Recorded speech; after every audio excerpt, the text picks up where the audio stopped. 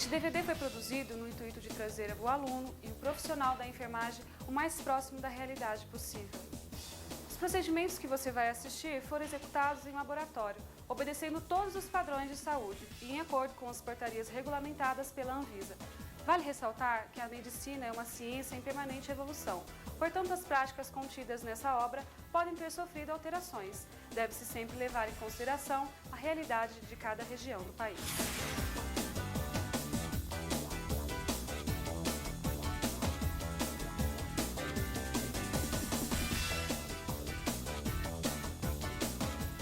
Aspiração endotraqueal é um procedimento realizado pelo profissional da enfermagem.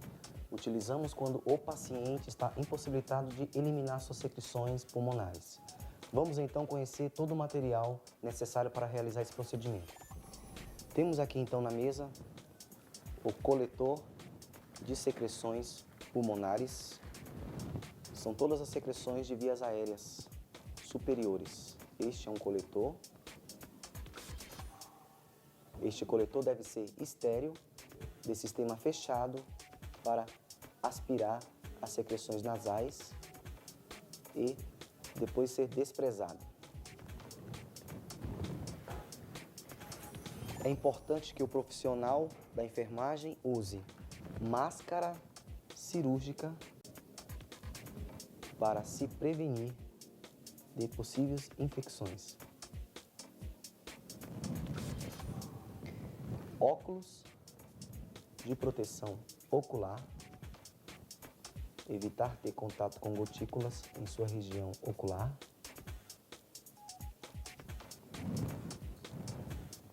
Eu preciso também de gaze estéril.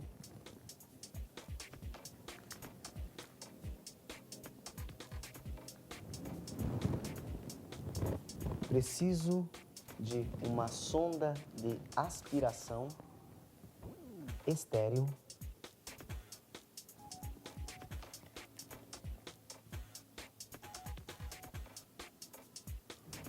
Preciso também de uma seringa contendo água destilada estéril para fluidificar as secreções nasais.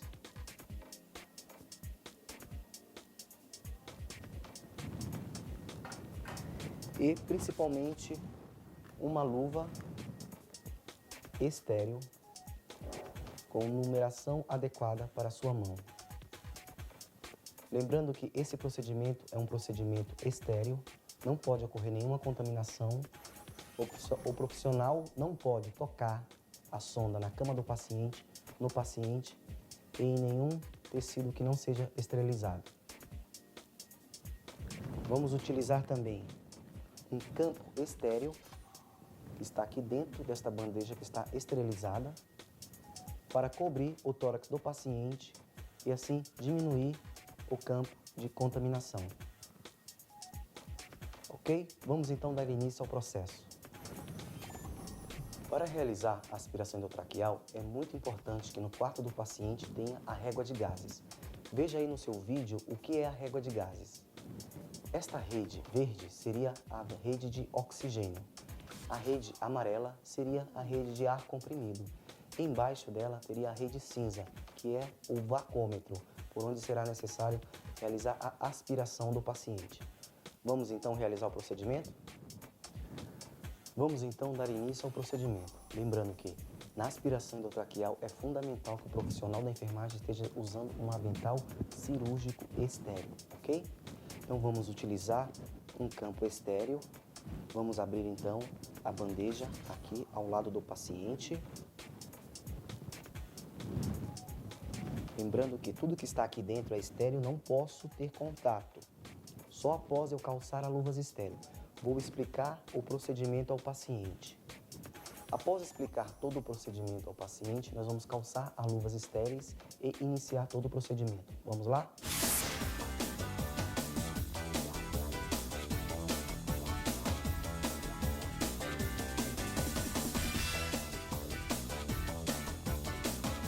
Calçar luvas estéreis. É importante, é fundamental você saber o número ideal do tamanho da sua mão.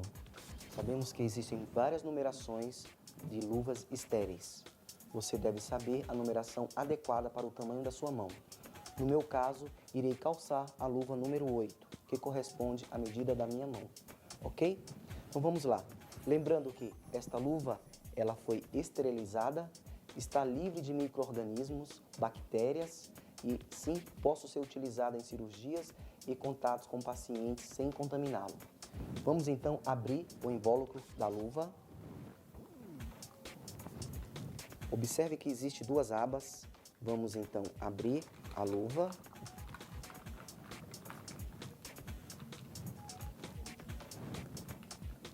Vamos abrir a parte interna da luva. Observem a letra e indicações que tem no invólucro. E aqui existem indicações fundamentais. Como você pode ver, aqui está escrito mão esquerda e aqui está escrito mão direita. Portanto, você não deve se confundir.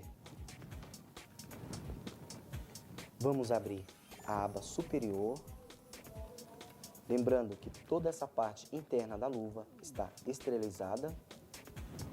Vamos abrir a aba inferior. E aqui existem pequenas abas da mão direita e mão esquerda. Simultaneamente, vamos abrir todo o pacote de luva estéril.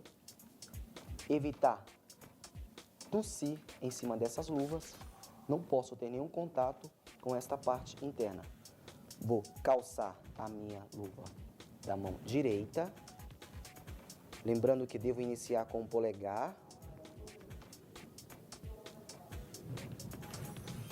E todos os dedos simultaneamente devem estar bem posicionados, levando a luva até o pulso. Feito isso, esta mão está estéril, está com uma luva sem contaminação. Observem, com esta mão que está estéril, eu vou adentrar na minha mão esquerda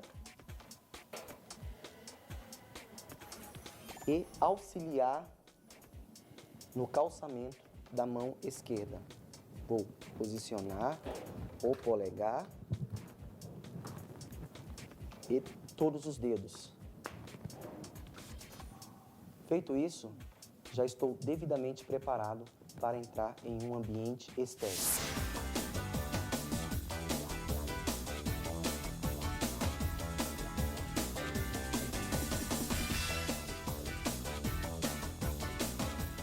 Após separar todo o material estéril, todo o material que vamos realizar a aspiração endotraqueal, vamos iniciar o procedimento. Podemos ver que aqui temos um campo azul, que é um campo estéril, livre de contaminação. Temos aqui um campo esterilizado também, que vamos utilizar para minimizar o maior risco de contaminação possível do paciente. Então vamos posicionar o campo estéril em volta do tórax do paciente, para evitar com que a sonda tenha contato com a cama, com o leito do paciente e assim possa contaminar suas vias aéreas. Temos aqui também um material totalmente esterilizado, que é a sonda endotraqueal, que será a sonda que vai fazer a sucção das secreções nasais do paciente. Temos uma seringa esterilizada também, com água destilada estéril também, que servirá para fluidificar as secreções do paciente, melhorando assim a sua aspiração. Temos gases que vai nos auxiliar durante a limpeza e higienização do paciente, uma cuba-rim também estéril e o sistema de aspiração de secreções nasais. Todo esse material aqui que está no campo azul está esterilizado.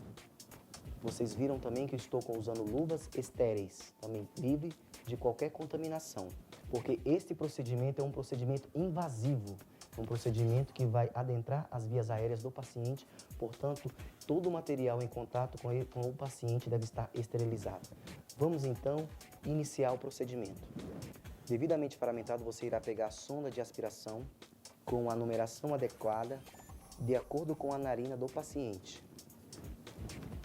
Pegando a sonda de aspiração, você irá conectar na rede de sucção no aspirador de sistema fechado.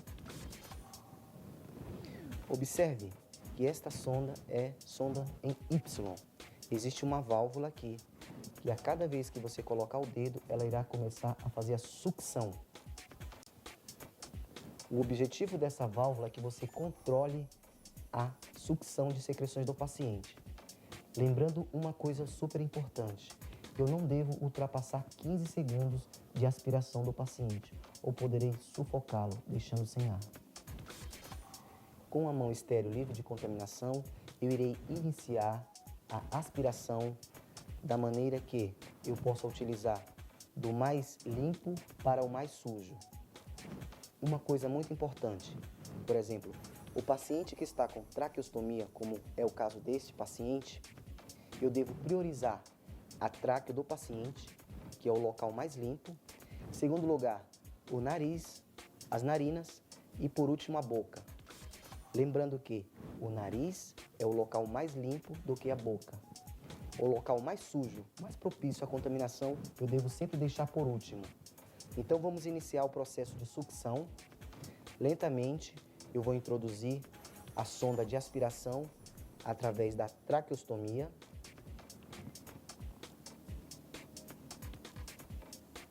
Se houver alguma obstrução, eu não devo forçar para evitar sangramentos.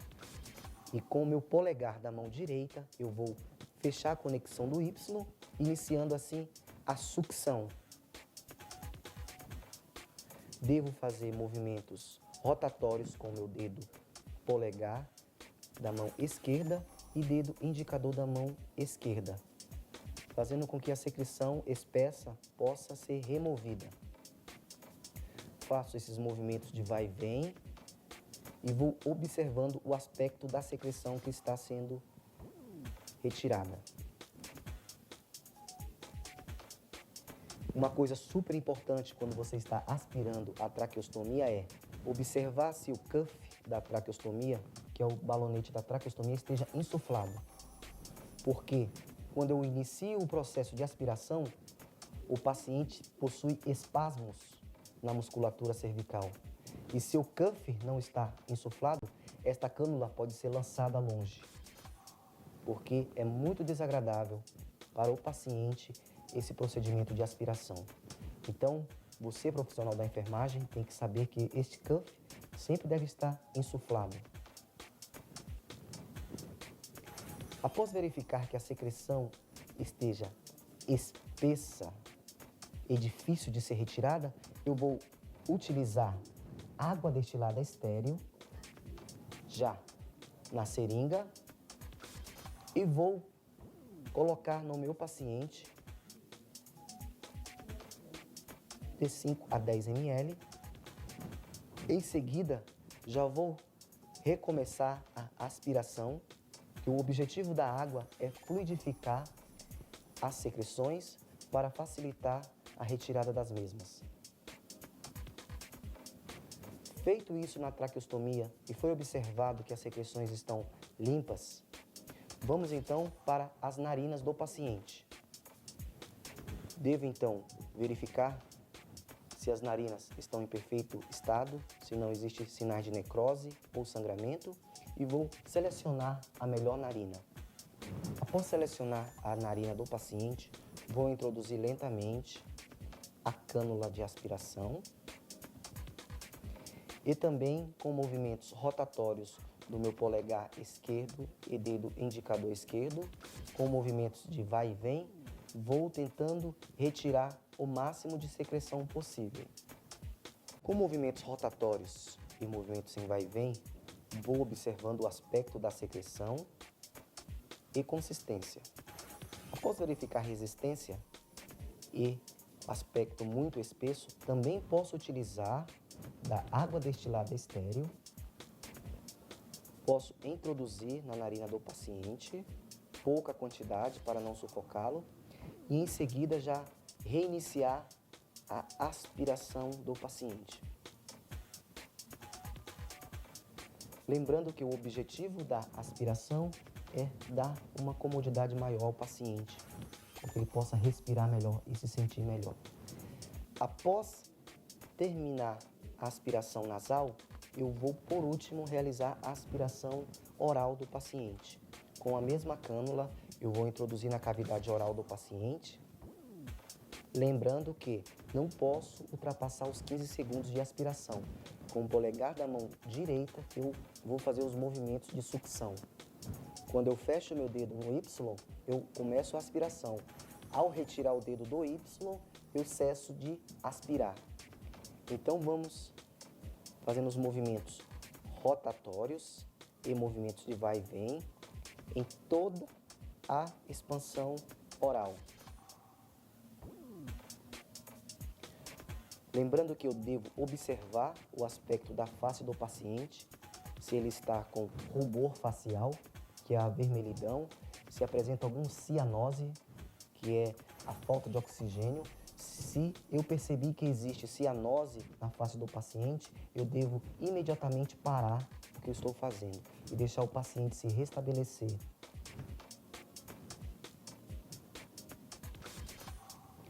Feito todo esse procedimento e observado que o meu paciente se encontra melhor, eu vou observar a quantidade de secreção que foi aspirada no meu coletor de secreções de vias aéreas, para posteriormente fazer a anotação de enfermagem no prontuário do paciente. Toda essa secreção que foi aspirada, eu devo desprezar em lixo apropriado, lixo contaminado, e em seguida já cuidar do meu paciente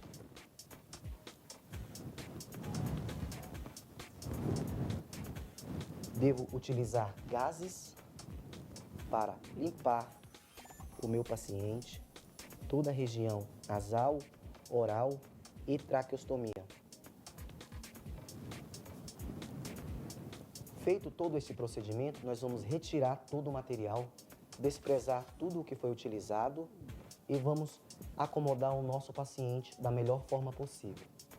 Este foi o procedimento de aspiração endotraqueal.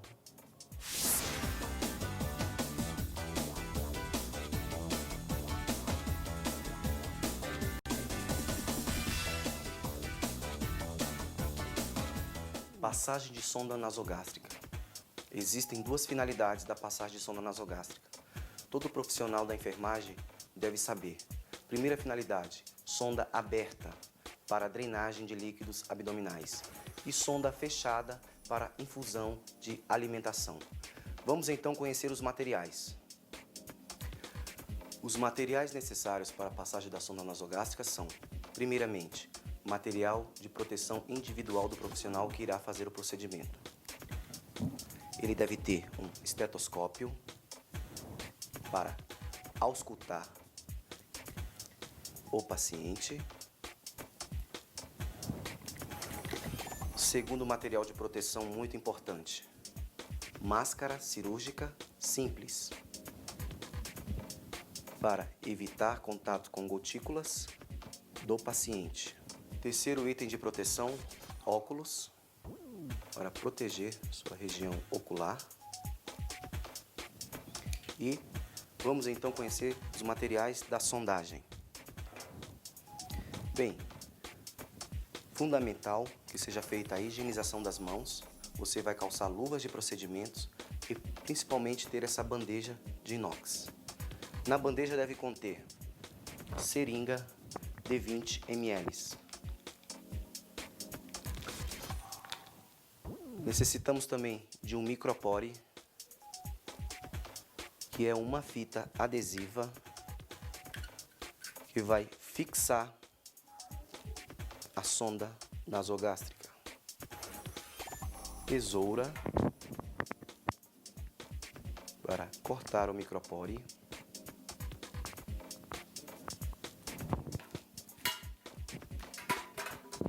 Xilocaína gel, que vai lubrificar. Gaze estéreo para limpar a narina do paciente, remover toda a sujidade e manter o paciente limpo. A própria sonda nasogástrica, já definido a numeração de acordo com a narina do paciente. Observem que aqui está o número da sonda.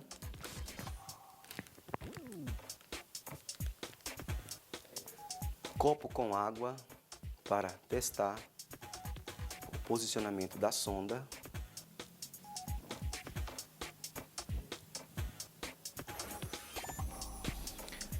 Reunindo todo o material, nós vamos aprender como é feita o posicionamento correto e a passagem da sonda nasogástrica.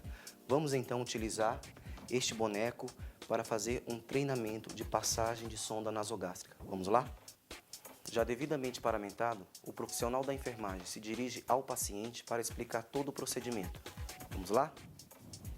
Damos início então ao procedimento baixando cobertor e lençol do paciente.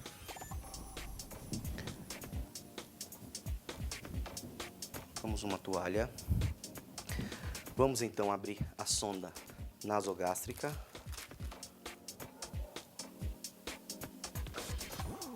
Verificamos a integridade da sonda, se está em perfeito estado. Para medir a sonda, nós precisamos conhecer os pontos ideais do paciente. Então pegamos a ponta da sonda, colocamos na ponta do nariz do paciente, colocamos a outra parte no lóbulo da orelha do paciente e em seguida no apêndice xifoide do paciente. Sabendo disso, você vai fazer uma marcação onde foi o apêndice xifoide do paciente. Utilizamos um pequeno pedaço de micropore para marcar a sonda, delimitando que a sonda será introduzida até esta marca do micropore. Não deve ultrapassar esta marca. Agora vamos pedir para que o paciente vá degludindo conforme formos introduzindo a sonda. Pegamos então a xilocaína, que vai lubrificar a passagem da sonda. Vamos furar a xilocaína. Gases para auxiliar.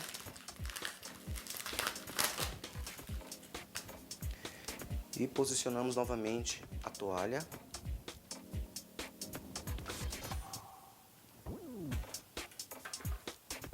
É importante realizar a asepsia na narina do paciente.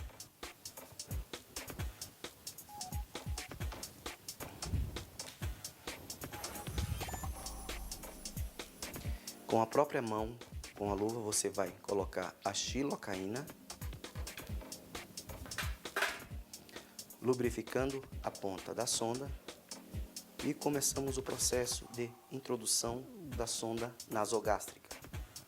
Selecionando já a narina, vamos iniciar o processo. Lembrando que não é necessário ter luvas estéril, por não ser um procedimento estéril, e sim um procedimento contaminado, já que se trata da boca e estômago do paciente. Vamos introduzir a sonda, pedindo que o paciente vá degludindo para que a passagem seja livre. Vamos introduzindo até a marca delimitada. Chegando na marca que já foi previamente delimitada, nós vamos parar a introdução, fechar a sonda para evitar refluxo e sujidade no paciente. Sempre é bom ter uma cuba-rim por perto, caso drene algum líquido. E o importante agora é termos micropores já previamente cortados, como estes. Vamos então fazer a fixação da sonda. Utilizamos uma gravatinha. Você coloca o micropore por baixo e é preso na narina do paciente. Colocamos mais um micropore de segurança. Feito a fixação da sonda, é muito importante agora testar o posicionamento da sonda. Utilizamos a seringa de 20 ml.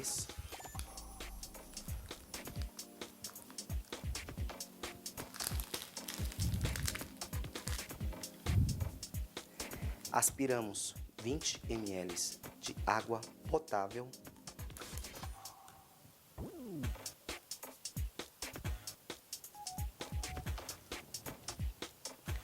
Nesse momento agora, será importante o uso do estetoscópio. Removemos a toalha do paciente.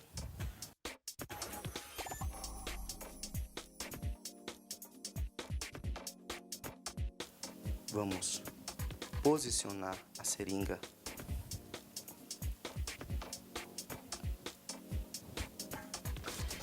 E vamos posicionar o estetoscópio no apêndice tifoide, na região epigástrica do paciente.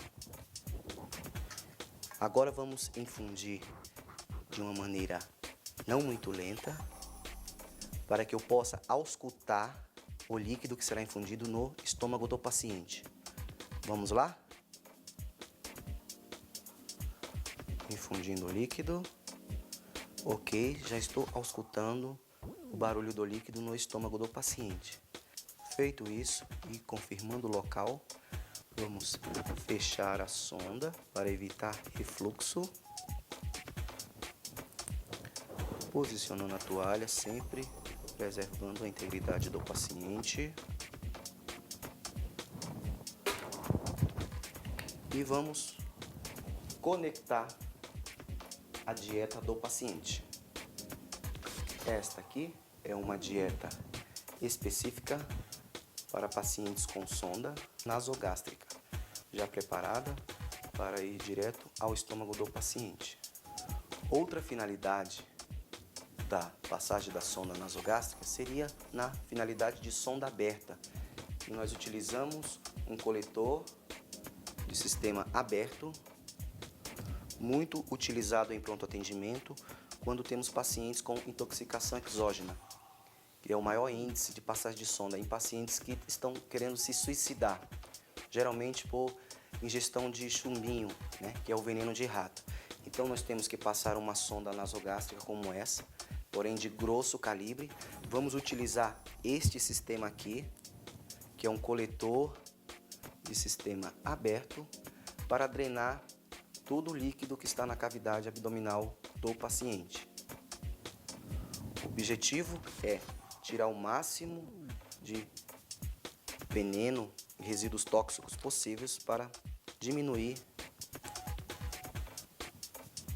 problemas que venham a ocorrer com o paciente. Então, colocamos o conector na sonda nasogástrica, lembrando que o coletor deve ficar no nível mais baixo do paciente, sempre abaixo da cama, para que possa drenar. Esse objetivo é drenar líquidos que o paciente ingeriu. Independente do que seja, venenos, você vai seguir a prescrição do médico. Quando ele pedir sonda nasogástrica aberta, você vai realizar esse sistema. Vai fazer a passagem da sonda nasogástrica, lembrando que sempre o paciente deve estar com o decúbito em Foley, tá? Posição Foley, que é a cama em 45 graus. Nunca a cama deve estar na horizontal, e sim sempre no ângulo de 45 graus, para que possa ter um refluxo do líquido já ingerido. Ok? Estas são as finalidades da passagem da sonda nasogástrica.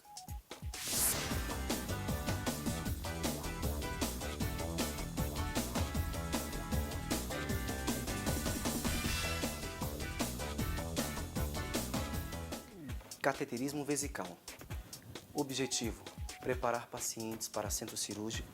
Pacientes com hiperplasia prostática necessitam constantemente de um cateterismo de alívio, então é fundamental que o profissional da enfermagem conheça a técnica correta do cateterismo. Vamos então conhecer e identificar os materiais. Vamos lá? Bem, é fundamental que o profissional da enfermagem tenha em mãos uma bandeja de cateterismo vesical, que é uma bandeja que já vem pronta do centro cirúrgico, lacrada. Lembrando que todo o material que está dentro desse invólucro está estéril. Separando o meu kit de cateterismo vesical, devo ter acompanhado uma sonda vesical, que é esta aqui, que possui vários calibres, dependendo muito se é por cateterismo masculino ou feminino. Observamos que existe uma outra, porém bem mais fina, de calibre menor. Devemos ter também um coletor de urina sistema fechado, lacrado, estéril.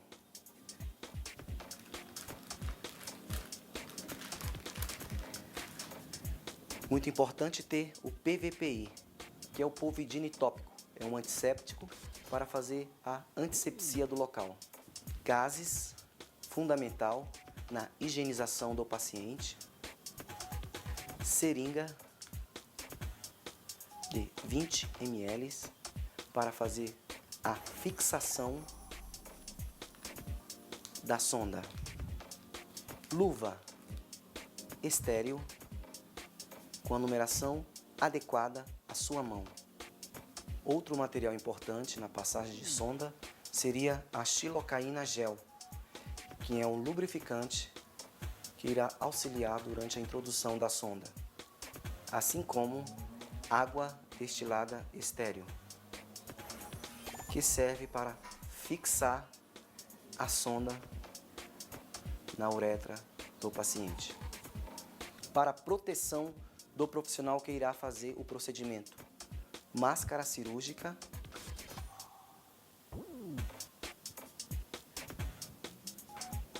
óculos de proteção ocular. Lembrando que sua saúde deve ser preservada. Sabendo disso, vamos agora ao procedimento. Cateterismo vesical feminino.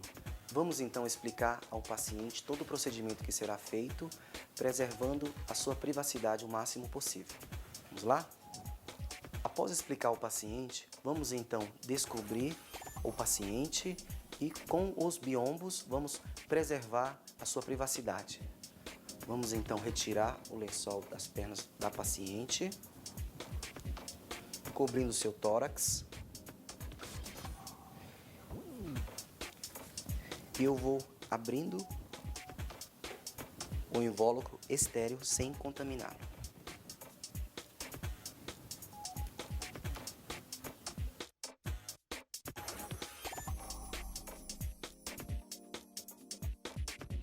Podemos observar que neste kit de cateterismo vesical temos uma pinça de Cherron, que é essa pinça comprida, que vai me auxiliar na antisepsia.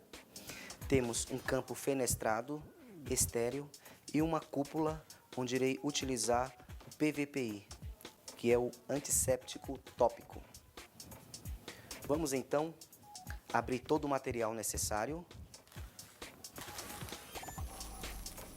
Vamos abrir aqui uma sonda uretral feminina estéril. Vamos colocá-la num campo esterilizado. Gases para realizar a asepsia.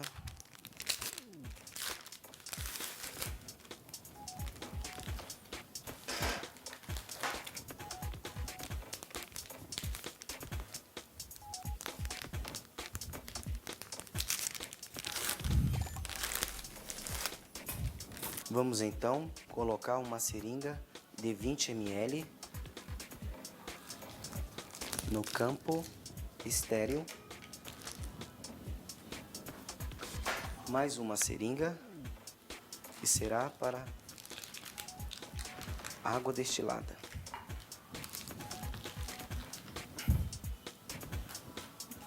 Temos aqui uma bolsa coletora de urina, que está estéril, lacrada, e já vou prepará-la. Vou abrir a bolsa.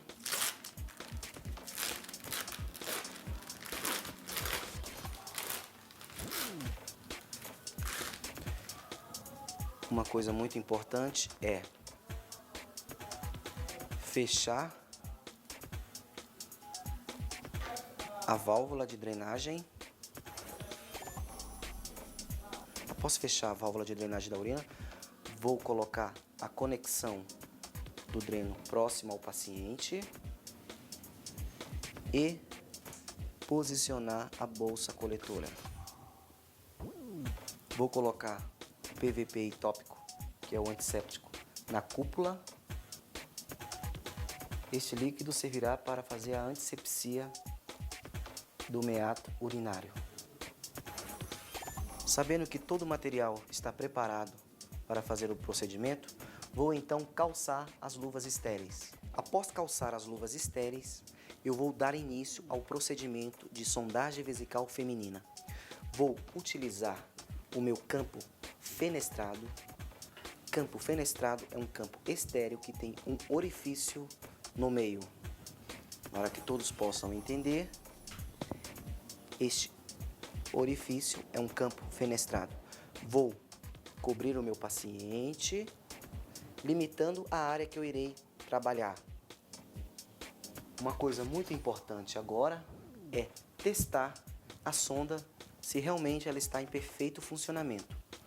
Vou aspirar 10 ml de ar, injetar na sonda para saber se o balonete não está furado. Vou retirar para ver se não está escapando ar. Lembrando que a água destilada será introduzida através desta via, ficando aqui neste balonete para que possa ficar travado no meato urinário do paciente. Foi então observado que a sonda está em perfeito funcionamento. Vou retirar este ar e dar início à asepsia no órgão genital feminino. Vou então utilizar de gases estéreis e uma pinça de Cherron, que é esta pinça comprida. Vou utilizar do antisséptico PVPI tópico, que ele me auxilia a matar os micro-organismos. Com o meu polegar esquerdo e dedo indicador, vou separar os pequenos lábios do canal vaginal e dar início à antisepsia. Lembrando que sempre deve ter início do meato urinário em direção ao ânus e nunca ao contrário. Meato urinário ao ânus e sempre trocando as gases. O objetivo é evitar contaminação. Faço a antisepsia sempre do local mais limpo para o local mais sujo.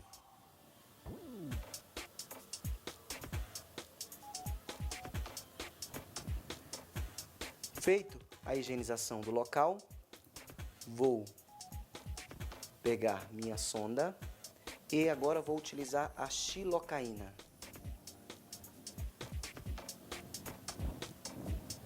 Vou utilizar xilocaína gel, que irá lubrificar a sonda para melhor introdução.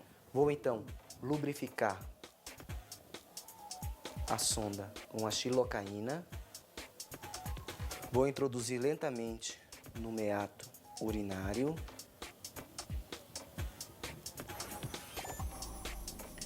Observando se existe resistência.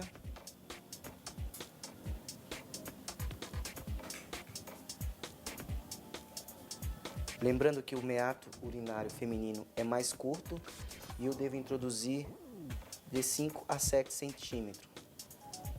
Após a introdução, já vou conectar no sistema de urina fechado.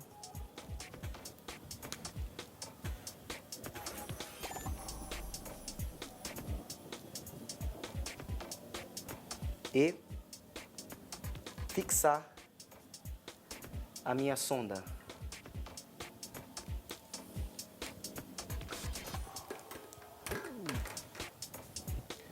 Vou utilizar água destilada estéril para fixar a sonda.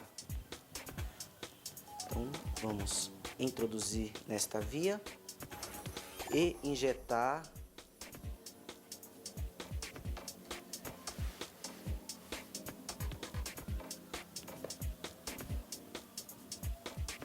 injetando o líquido na sonda para fixar. Vou então retirar a seringa e observar que realmente está fixa, evitando que ocorra algum acidente. Após fixar a sonda, vou retirar o campo fenestrado, sempre pinçando a sonda.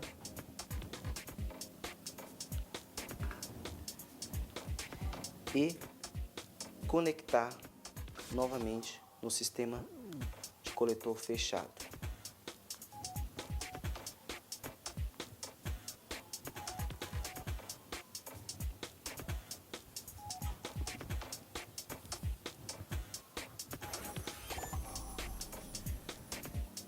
Depois de conectar a sonda no coletor de sistema fechado, vou fixar a sonda na perna do paciente.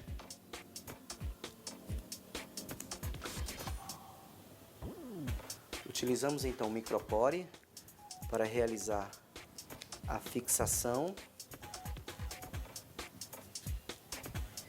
Então vamos observar a drenagem da urina, em seguida fazer a anotação de enfermagem de tudo que foi feito.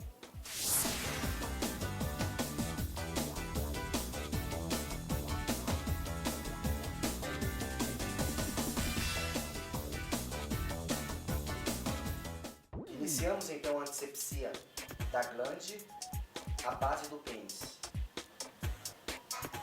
Devemos higienizar todo o corpo do pênis.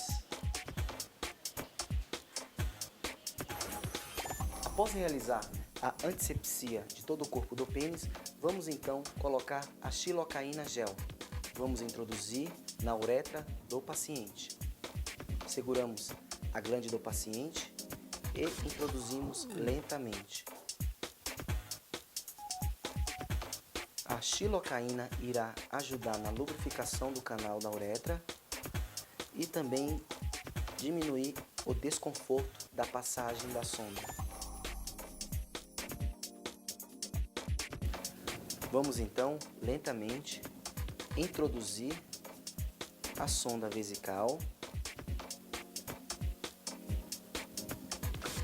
contendo sempre por perto uma cuba rim, para que, ao iniciar a drenagem da urina, possa ter um recipiente para segurar a urina.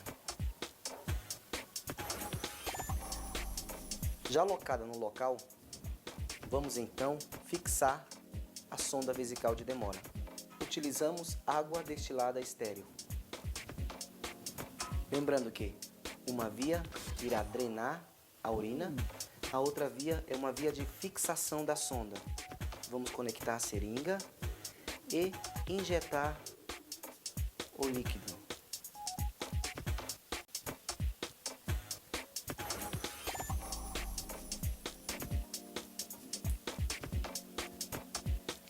Após introduzir todo o líquido, retiramos a seringa e testamos a sonda, ver se realmente ela está fixa. Podemos ver que ao tracionar a sonda, a mesma não escapa. Sabemos então que está bem locada. Vamos então retirar o campo fenestrado.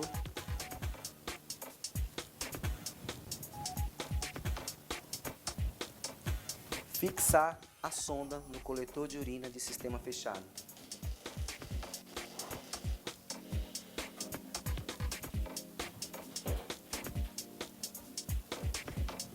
Em seguida, vamos fixar. Temos que observar então que a pinça de travamento deve estar livre para que a urina possa ser drenada. Ela não pode estar dessa maneira, senão impossibilitará a drenagem da urina. Devemos deixar aberta e, em seguida, fixar o dreno na perna do paciente.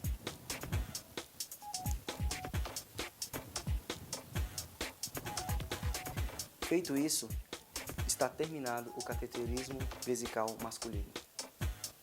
Na sonda vesical de alívio, nós também iniciamos a asepsia da cabeça do pênis, da glande do pênis do meato urinário para a base do pênis, devendo fazer em todo o corpo do pênis.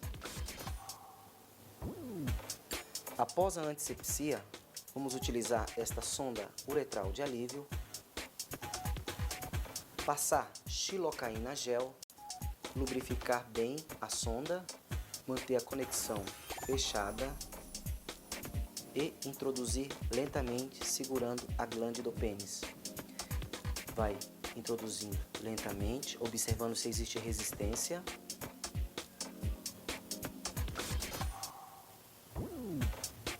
Após ter acesso à bexiga do paciente, devo pegar uma cuba-rim para drenar a urina do paciente.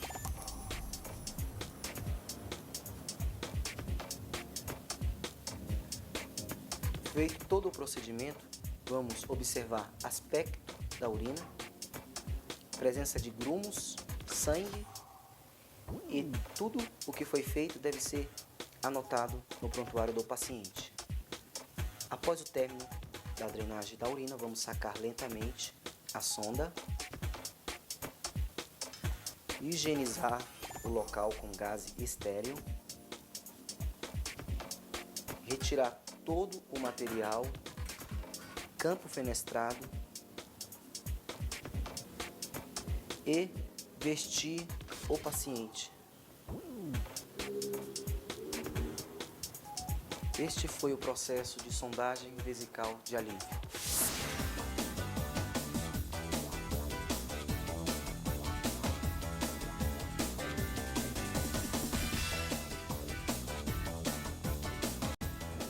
Tamponamento é mais uma atribuição do profissional da enfermagem. Ele é utilizado sempre quando ocorre um óbito na região do hospital.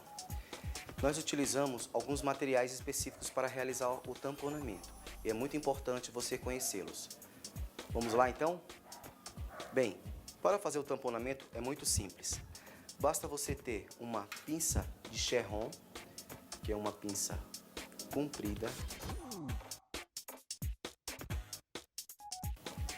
É importante também, durante o tamponamento, você ter algodão. Você vai utilizar muito algodão. Luva de procedimento.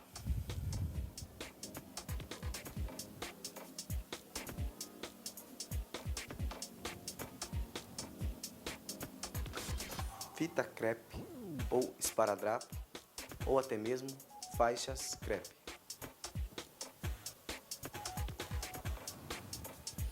E uma bandeja de inox para carregar o material.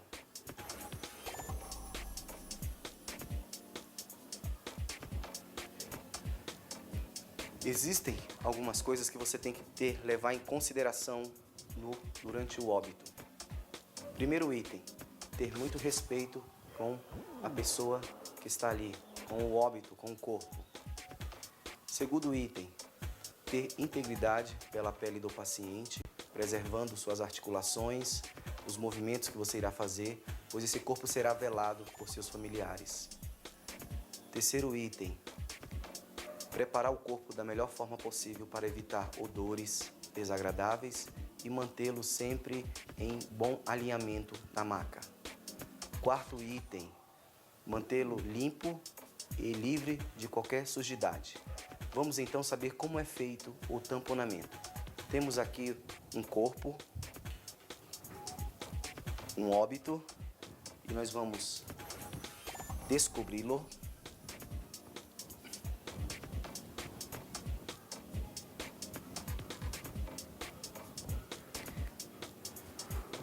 Sempre devemos iniciar o tamponamento pelos orifícios da face, certo? Então, você deve, com cuidado,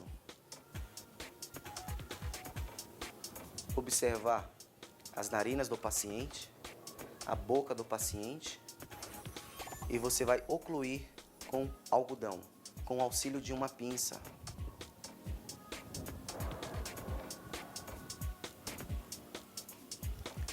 Estamos aqui com uma pinça de Cherron e com algodão. Vamos então dar início ao tamponamento. Pegamos o algodão, fazemos pequenas bolinhas e vamos ocluir a narina do paciente.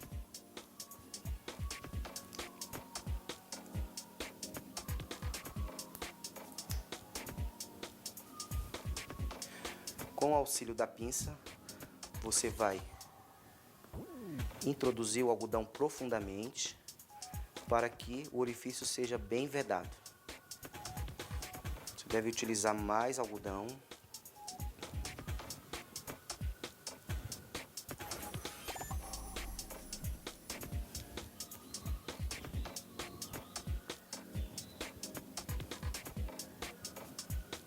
Observando que já existe uma resistência, você pode parar de introduzir o algodão e ir para o próximo orifício, que será pela boca. Você vai introduzir o algodão e, com o auxílio da pinça, colocá-lo profundamente para vedar bem aqui esôfago e traqueia. Lembrando que o objetivo é que não venha líquidos, que não possa drenar líquidos e evitar odores desagradáveis. Então, o máximo de algodão possível. Uma dica importante é, você vai retirar dentadura se o paciente tiver. Lembrando que após colocar o algodão, é importante repor a dentadura, deixando a face mais agradável possível.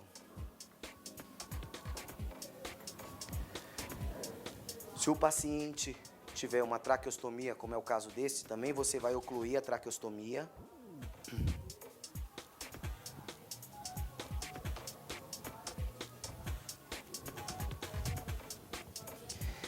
Lembrando, uma coisa importante, os orifícios da orelha, você só vai poder ocluir, só vai poder realizar o tamponamento caso esse paciente esteja um afundamento de crânio, caso ele esteja alguma lesão de encéfalo, onde está tendo perda de massa cerebral. Caso esteja tendo extravasamento auricular, você vai também, com o auxílio de algodão, ocluir a orelha do paciente. Apenas se ele tiver tido um trauma encefálico. Ok? Terminando a região da cabeça, vamos então para a genitália do paciente. Aqui então temos um paciente feminino. Você também fará da mesma maneira. Utilizando algodão, você vai preencher todo o canal da vagina e com o auxílio da pinça, você vai colocar profundamente.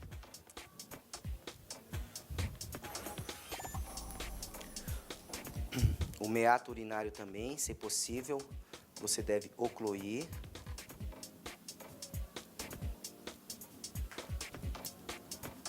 Meato urinário, canal da vagina e ânus também devem ser todos ocluídos com algodão e com o auxílio da pinça colocar profundamente para evitar odores desagradáveis e perda de líquidos durante o velório. No sexo masculino, nós vamos garrotear o pênis do paciente. Fazendo isso, nós estamos comprimindo a uretra do paciente e assim não terá passagem de líquidos. O ânus também vamos ocluir com algodão. Realizando o tamponamento de todos os orifícios do corpo do paciente, nós vamos fazer algo muito importante, que é identificação do óbito. Após terminar de ocluir, é muito importante você fazer um revisionamento para ver se não existe nada vazando. Você vai manter o paciente o mais linear possível, com respeito à vida do paciente, evitar brincadeiras, comentários, deixar o paciente alinhado.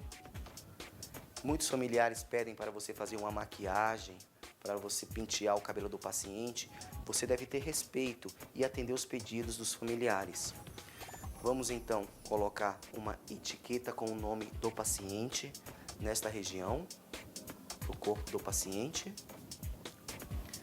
É muito importante também deixar as mãos do paciente presas, tá? Então, nós vamos utilizar o auxílio de esparadrapo, que pode ser uma faixa crepe também. Vamos unir as mãos do paciente.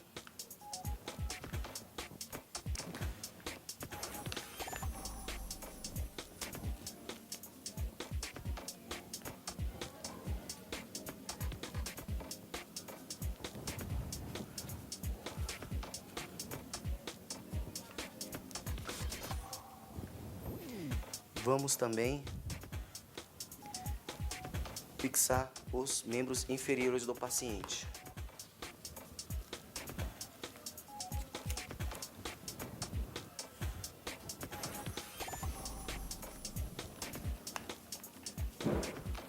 O objetivo dessa fixação é que durante o transporte na maca, o braço do paciente não possa cair no lateral da maca, possa evitar com que esse paciente tenha movimentos bruscos. Então vamos cuidar da integridade física desse paciente. Feito isso, identificando o corpo, nós vamos cobrir com um pano branco.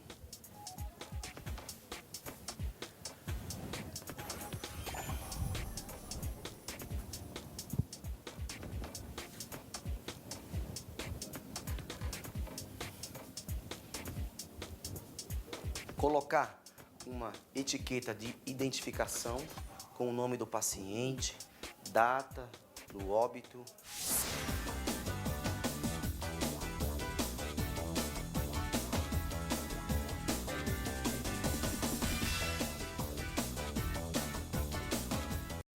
Aplicação intramuscular é o procedimento mais realizado pelo profissional da área da saúde. Tanto o auxiliar como o técnico e o enfermeiro realizam esse procedimento. Nós utilizamos sempre na aplicação de bezetacil, diclofenaco de sódio e vários medicamentos que os médicos prescrevem através de administração IM, que é intramuscular. Vamos então mostrar na prática como é feito esse procedimento. Você, profissional da saúde, precisa realizar a técnica correta. Deve saber que no glúteo, o máximo que podemos aplicar é até 4 ml de qualquer tipo de medicação. Vamos então saber como delimitar a área em que vamos aplicar a medicação. Vamos lá? Para realizar a aplicação intramuscular, é necessário ter uma seringa que vai de 3 a 5 ml. Precisamos de uma agulha de grosso calibre, que é a agulha rosa, também conhecida como 40 por 12. Vamos utilizar também uma agulha para aplicação, que é a agulha 30 por 8. É esta agulha verde, muito utilizada na administração de bezetacil. Vamos precisar também de algodão com álcool a 70%. Sempre primordial o auxiliar, o técnico e o enfermeiro fazer a higienização das mãos, calçar a luva de procedimento, chamar o paciente e fazer a pequena entrevista se o paciente tem alergia a algum tipo de medicação. Vamos lá então chamar o paciente? Vamos lá? Vamos então preparar a medicação para aplicar no paciente. Vou selecionar meu medicamento, abrir a ampola,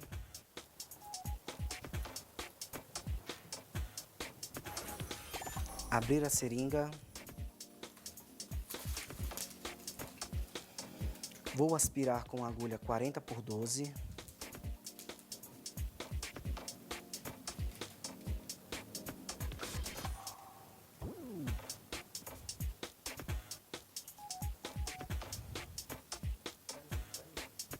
Lembrando, não posso ultrapassar os 4 ml. Vou trocar a agulha.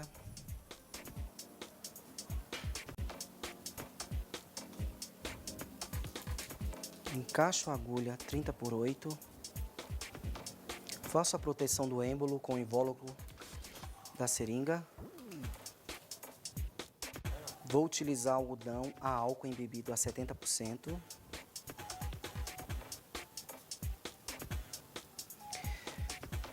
Após todo o material montado, medicação pronta, algodão, após ter calçado a luva, vou chamar o paciente. Temos que fazer uma linha imaginária aqui. Fazemos um X a partir dessa linha aqui do glúteo. Observe que temos aqui 4 quadrantes, certo? 1, 2, 3 e 4. Sempre temos que aplicar a injeção no quadrante superior externo, que seria esse aqui. Muita gente chama de preguinha. Vamos fazer o aprisionamento. Eu preparo o material. A agulha tem que estar no ângulo de 90 graus. Movimento único. Eu vou introduzir a agulha. Vou aspirar a seringa e observar se vinha sangue. Se vier sangue na seringa, eu preciso tirar e não aplicar mais. Como não veio sangue, eu vou administrar lentamente em um movimento único, sem pausas.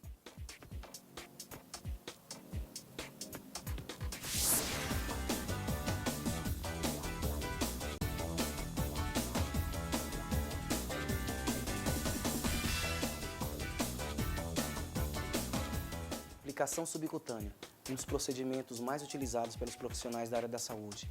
É extremamente importante que você saiba a técnica correta para realizar esta aplicação. Vamos então conhecer o material utilizado. Temos aqui uma bandeja de inox. Hoje é fundamental que você prepare toda a medicação ao lado do paciente, para que ele possa ter o campo de visão, sabendo o que você está fazendo, como você está preparando. Uma dica importante, é fundamental que o profissional da enfermagem faça todo o processo de medicação no campo visual do paciente. O paciente deve ter segurança e deve confiar em seus procedimentos. Vamos então realizar os procedimentos? A aplicação subcutânea é um dos procedimentos mais utilizados no hospital. O profissional da enfermagem deve conhecer o material necessário para realizar esse procedimento. Vamos então conhecer o material. Vamos lá. O material indispensável, bandejinha de inox. Medicação do paciente, vamos olhar data de validade, vamos olhar aspecto do produto, ok? Preciso de uma seringa de insulina. É muito importante que a aplicação subcutânea nunca ultrapasse 3 ml, ok? Vamos então utilizar também algodão embebido em álcool a 70%. Vamos utilizar também luva de procedimento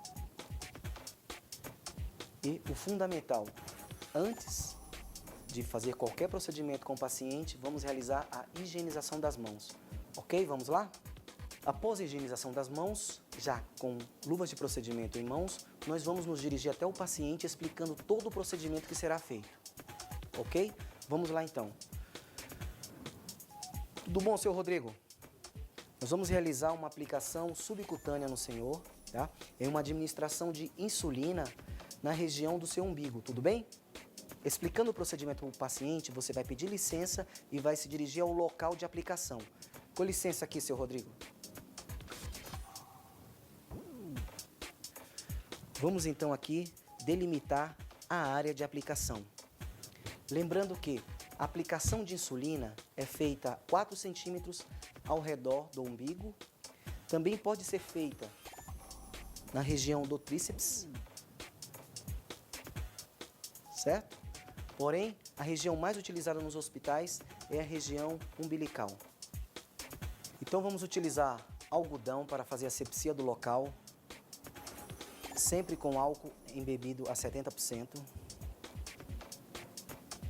Vou delimitar a área, 2 dedos do umbigo, que representa 4 centímetros do umbigo. Faço a higiene do local, asepsia.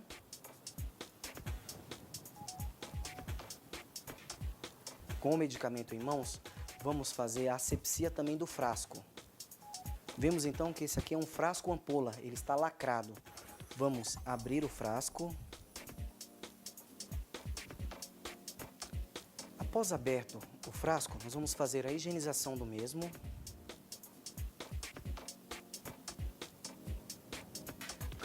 aspirar a medicação conforme prescrição médica. Neste caso aqui, estamos fazendo 2 unidades de insulina regular.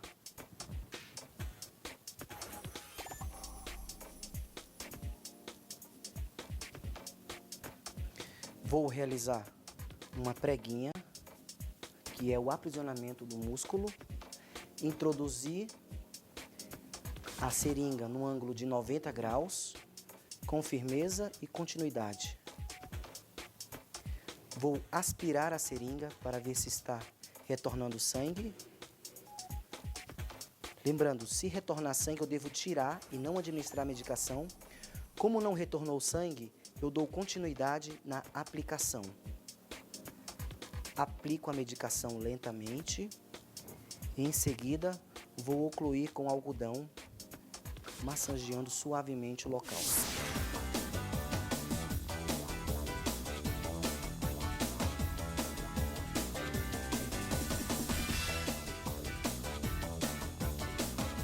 Aplicação intradérmica, procedimento muito realizado pelo profissional da área da saúde e é super importante o profissional conhecer a técnica correta. Vamos então conhecer o material. Eu preciso de uma seringa de 1 ml com uma agulha de 0,45 por 13. Preciso utilizar para asepsia algodão seco. Nunca utilizar álcool embebido a 70% para que a pele não possa absorver o álcool. Uma dica importante é, na aplicação intradérmica, nunca devemos ultrapassar 1 ml na aplicação. Esta região não suporta mais do que isso. Lembre-se, você vai aplicar entre a derme e a epiderme. Vamos então aprender agora na prática, ver como é feito. Vamos lá? Vamos iniciar a asepsia com algodão seco. Lembre-se, nunca utilizar algodão embebido a álcool. Vamos limitar a área de aplicação, limpando o local. Vou utilizar uma seringa de 1 ml. Lembre-se que nessa aplicação não posso ultrapassar 1 ml. Neste momento vou injetar apenas meio ml.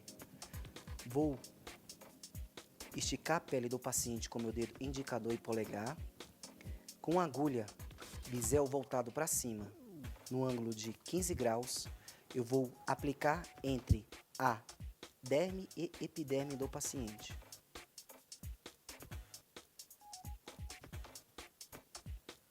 Observe, eu vou aspirar para ver se veio algum sangue. Não vindo sangue, vou injetar lentamente e você vai observar que vai criar uma pápula.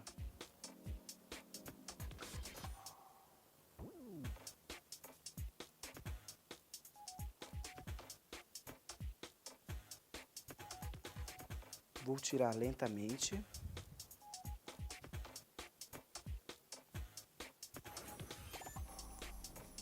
E apenas encostar o algodão sem fazer movimentos bruscos.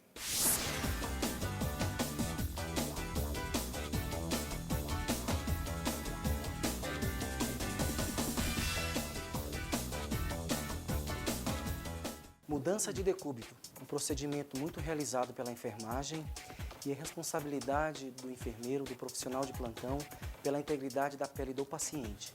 Vamos então saber o objetivo da mudança de decúbito.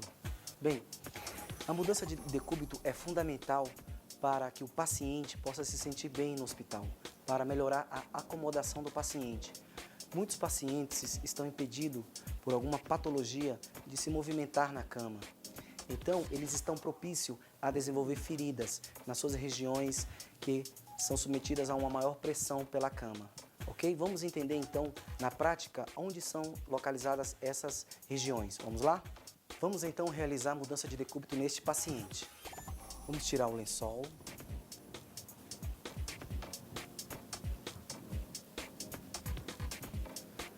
Vamos colocá-lo em decúbito lateral esquerdo. Então, meu amigo vai me ajudar.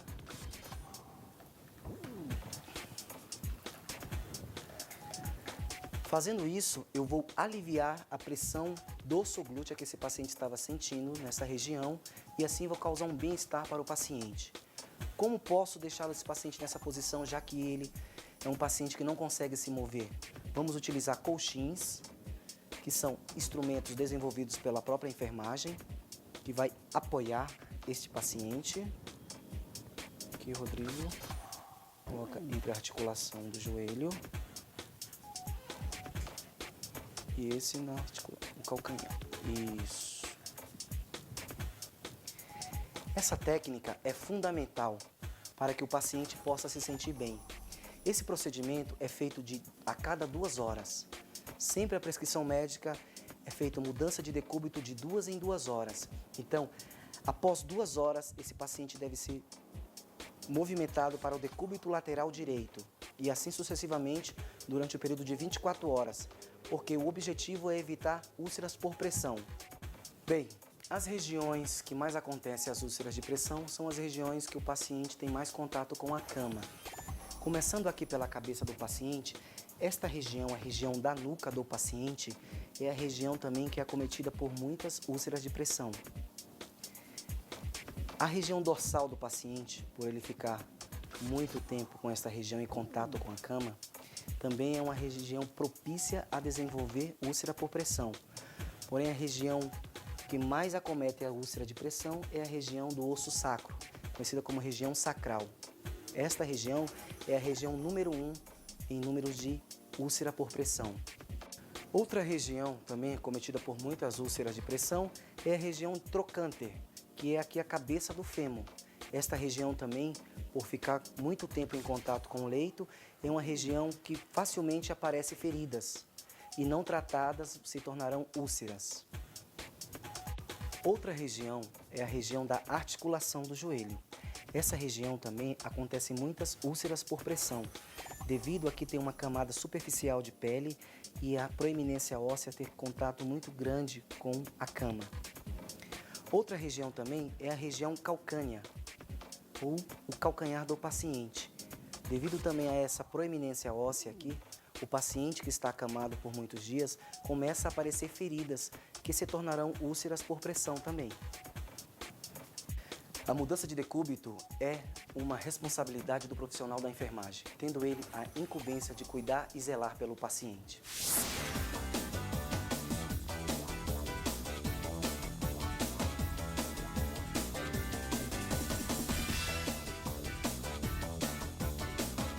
Banho no leito é um procedimento feito pelo profissional da enfermagem em pacientes que estão impossibilitados de deambular e de tomarem banho sozinho. É importante você conhecer os materiais que temos na unidade para realizar o banho no leito. Então aqui estão os materiais. Para dar banho no leito do paciente, é necessário ter um recipiente com água e sabão,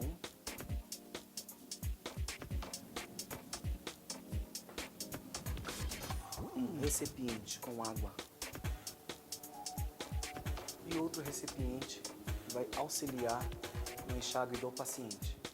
É necessário também termos toalha para secar o paciente e compressas a qual vamos esfregar o paciente. Vamos lá então, na prática? Iniciamos o banho no leito pela cabeça do paciente. Vamos utilizar então uma bacia, que é um recipiente com água e sabão. O banho no leito deve ser feito aos poucos, portanto, vamos limitando as áreas que vamos limpar o paciente e vamos tirando a roupa do paciente aos poucos, ok? Vamos lá. Então, iniciamos o paciente a limpar ele com sabão, água e a pessoa que está ajudando você é responsável pela secagem do paciente. Vamos aqui então o Rodrigo uma toalha. Então, iniciamos o banho pela região ocular do paciente, tirando toda a sujidade dos seus olhos,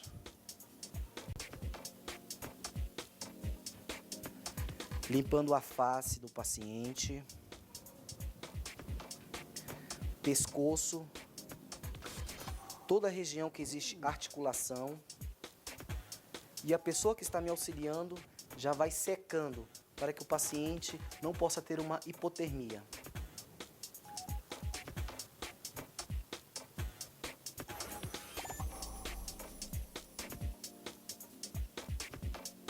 Em seguida, vamos abaixar o cobertor, passo a passo, e vamos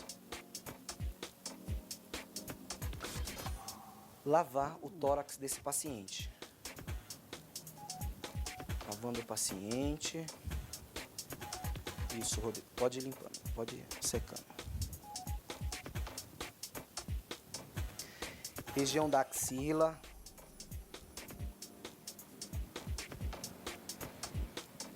As mãos do paciente devem ser limpas. Regiões entre dedos.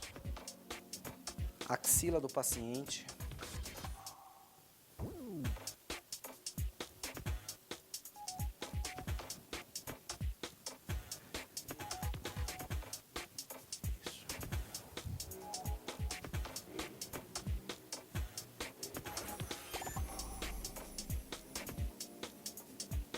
Outro lado.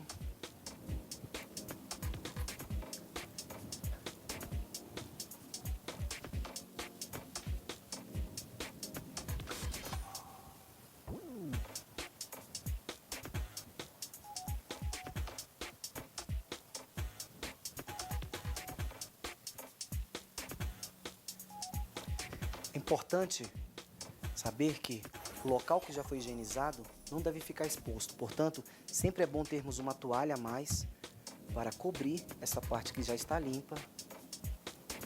E agora vamos iniciar a higiene na genitália do paciente. Limpamos.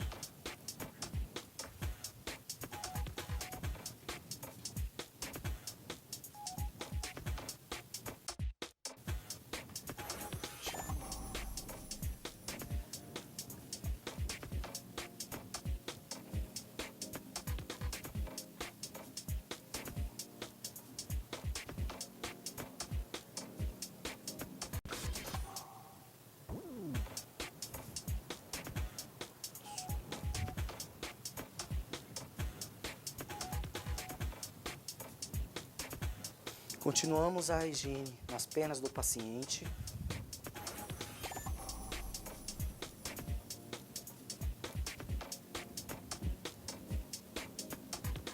E a pessoa que está auxiliando você vai secando.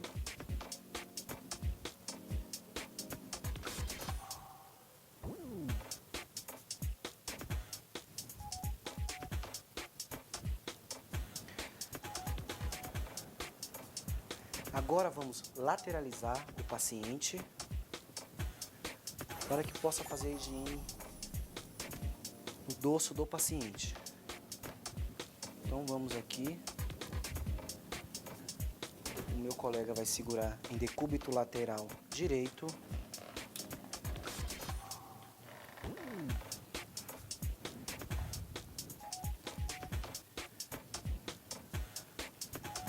E aqui vamos higienizar as costas do paciente. Após realizarmos a higienização do paciente com sabão, faremos o enxágue.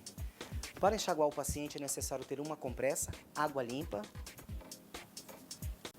Nós vamos molhar o paciente.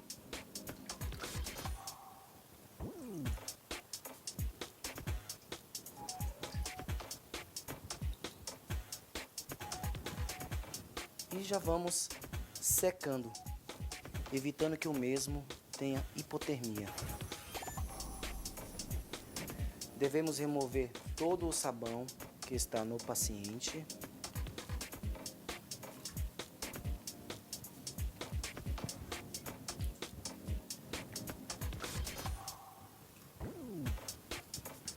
E deixar bem seco a região entre dedos, para evitar proliferação de fungos. Todo o procedimento que foi realizado no decúbito lateral direito, agora é realizado no decúbito lateral esquerdo.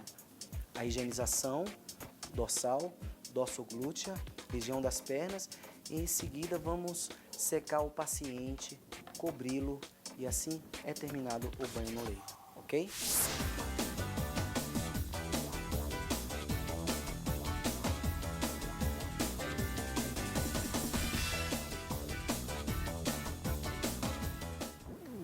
Arrumação de cama. Existem 3 tipos de cama: cama aberta, cama de operado, cama fechada. Hoje, você, profissional da enfermagem, vai poder entender como preparamos um leito, quais os materiais necessários para fazer uma higienização do leito. Temos aqui então uma cama de paciente, o leito do paciente. É importante você saber que quando o paciente é internado, ele ficará nesse leito por alguns dias, alguns meses, tem pacientes que às vezes até anos. Então é extremamente importante que ele possa ter conforto, que ele possa se sentir bem no local em qual ele permanecerá por longos períodos. Vamos então entender os materiais necessários para realizar uma arrumação de cama. Vamos lá? Primeiro passo, é fundamental que haja uma boa higienização da cama. Toda a cama deve ser higienizada com um pano embebido a álcool a 70%. O colchão também deve ser limpo com álcool a 70%. Assim, poderá minimizar os efeitos de contaminação do paciente. Vamos então conhecer o material? O material necessário para realizar a arrumação da cama é 2 lençóis. Este é o lençol protetor.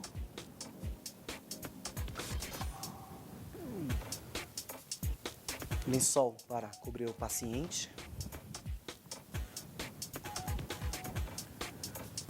Colcha para cobrir o paciente.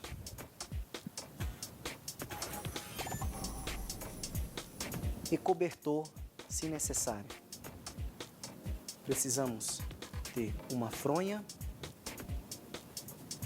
e um travesseiro.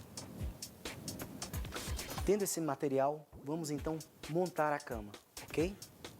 O ideal na arrumação da cama do paciente é com que o profissional da enfermagem possa trabalhar em dupla. Portanto, vou solicitar a ajuda do meu amigo. Vamos lá? Rodrigo, por gentileza? Vamos então iniciar com o lençol protetor do colchão. Colocamos aqui, trabalhamos em dupla.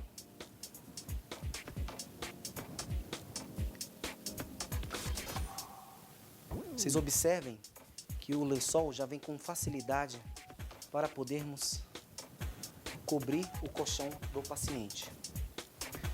Vou agora demonstrar para você, por favor, Rodrigo, o que estamos utilizando atualmente nos hospitais. O Rodrigo fará chamado dobra de envelope.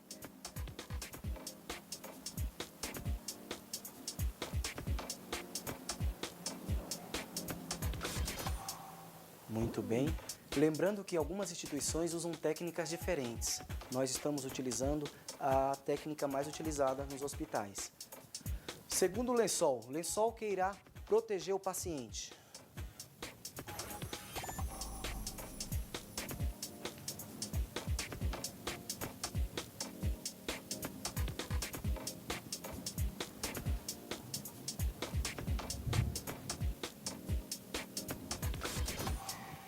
Terceiro, colcha para cobrir o paciente.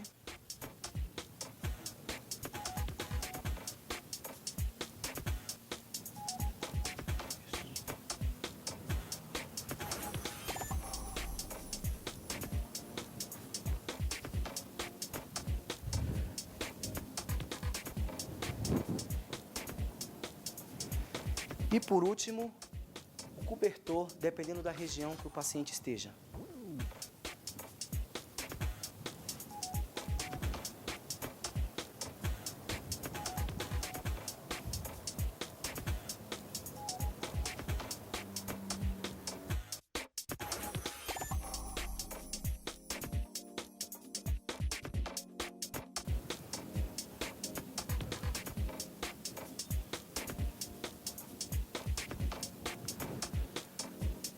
Montamos então agora o travesseiro do paciente.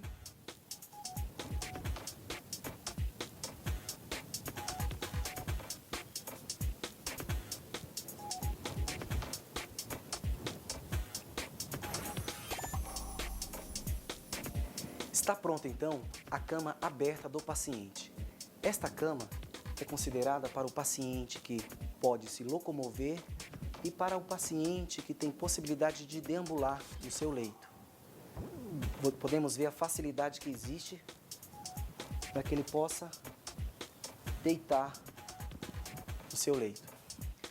Cama fechada. Cama fechada é aquela em que o leito está lacrado.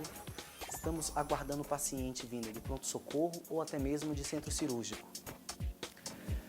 Cama de operado, feita exclusivamente para o paciente vindo da cirurgia. Este leito é feito para que o paciente possa ser recebido da melhor forma possível.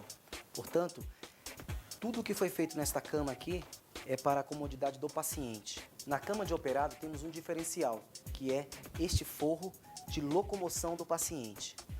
Observe que é uma travessa que nós sempre utilizamos em dupla para poder locomover o paciente, movimentá-lo tanto para cima como para baixo.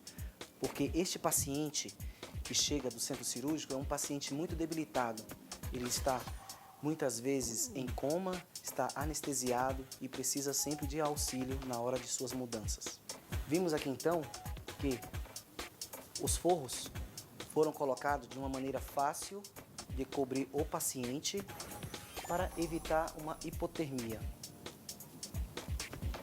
Temos aqui também um lençol, que é um forro babador, para evitar que esse paciente possa sujar a sua cama, já que ele foi submetido à anestesia e geralmente ele sente muita cefaleia. Por isso, é importante não utilizar travesseiro neste leito e nem elevar a sua cabeceira.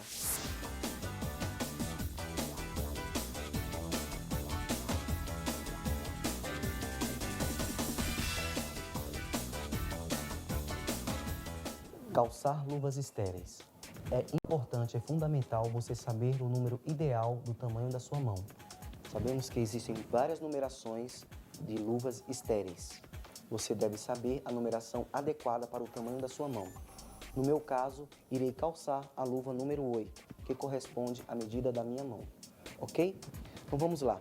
Lembrando que esta luva, ela foi esterilizada, está livre de micro-organismos, bactérias, e sim, posso ser utilizada em cirurgias e contatos com pacientes sem contaminá-lo. Vamos então abrir o invólucro da luva. Observe que existe duas abas. Vamos então abrir a luva.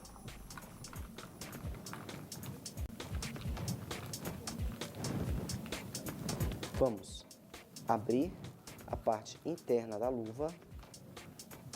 Observem a letra e indicações que tem no invólucro. E aqui existem indicações fundamentais. Como você pode ver, aqui está escrito mão esquerda e aqui está escrito mão direita. Portanto, você não deve se confundir. Vamos abrir a aba superior. Lembrando que toda essa parte interna da luva está esterilizada. Vamos abrir a aba inferior. E aqui existem pequenas abas da mão direita e mão esquerda. Simultaneamente, vamos abrir todo o pacote de luva estéril. Evitar tossir em cima dessas luvas, não posso ter nenhum contato com esta parte interna. Vou calçar a minha luva da mão direita, lembrando que devo iniciar com o polegar e todos os dedos simultaneamente devem estar bem posicionados, levando a luva até o pulso. Feito isso, esta mão está estéril, está com uma luva sem contaminação. Observem, com esta mão que está estéril, eu vou adentrar na minha mão esquerda e auxiliar no calçamento da mão esquerda. Vou posicionar o polegar e todos os dedos. Feito isso, já estou devidamente preparado para entrar em um ambiente estéril.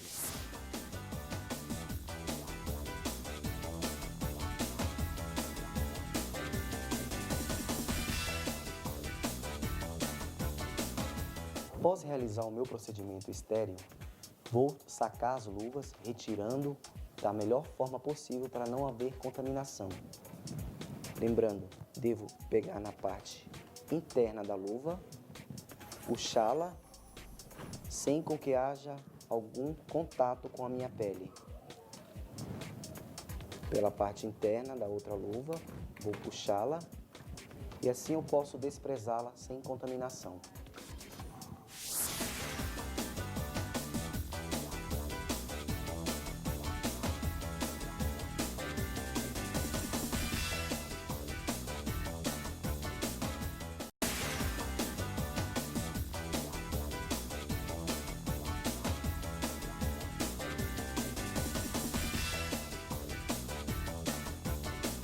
Sinais vitais.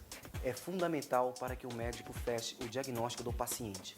Portanto, o profissional da saúde deve conhecer e saber manusear todos os equipamentos necessários para verificar e mensurar os sinais vitais do paciente. Vamos então conhecer passo a passo quais são os sinais vitais. O principal aparelho que verificamos a pressão arterial do paciente é o esfigmomanômetro, certo? É composto por um relógio. Este relógio deve estar calibrado. O ponteiro sempre deve estar no 0 para que eu possa dar certeza da pressão arterial do paciente, certo? Ele deve estar limpo, em perfeitas condições de uso. Todas as suas conexões devem estar íntegras, em perfeito funcionamento. Estetoscópio é esta ferramenta aqui, muito utilizada por médicos, auxiliares, técnicos e enfermeiros. É fundamental para a ausculta pulmonar do paciente, para a verificação da pressão arterial, certo? Sendo ótima para fechar um diagnóstico no paciente. Ele é composto por um diafragma, corpo do estetoscópio, e aqui temos o local onde colocamos nos ouvidos e verificamos se realmente está funcionando, ok? Próximo item, termômetro. Hoje em dia, só é permitido o uso de termômetro digital. Não é aconselhável mais o uso de termômetros com mercúrio. Fundamental para verificação da temperatura axilar do paciente, ótimo também para fechar um diagnóstico, e o auxiliar deve saber manuseá-lo, certo? Sempre temos que ligar o termômetro, verificar se realmente está em bom funcionamento, se a bateria está carregada. Não utilizamos mais termômetros com mercúrio, devido à contaminação do solo e também o índice de acidentes por ter vidro de cortar o paciente. Vamos aprender na prática como aferir corretamente a pressão arterial do paciente. Primeiramente, você deve fazer uma entrevista com o paciente para saber as condições que ele está no momento, para saber se realmente eu posso verificar a pressão arterial dele nesse momento ou não.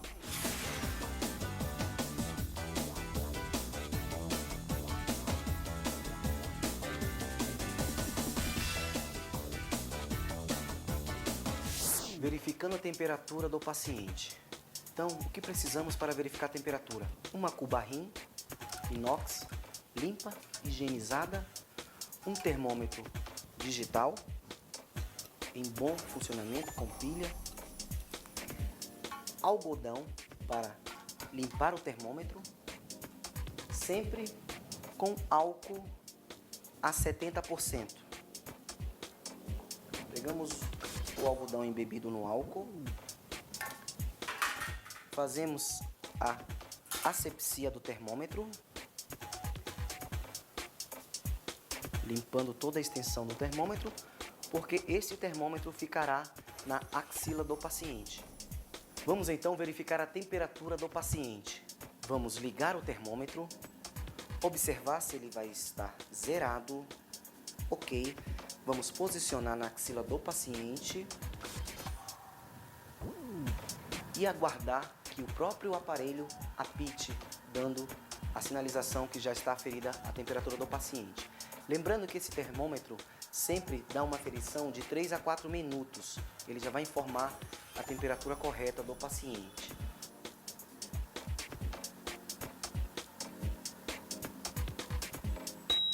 Pronto.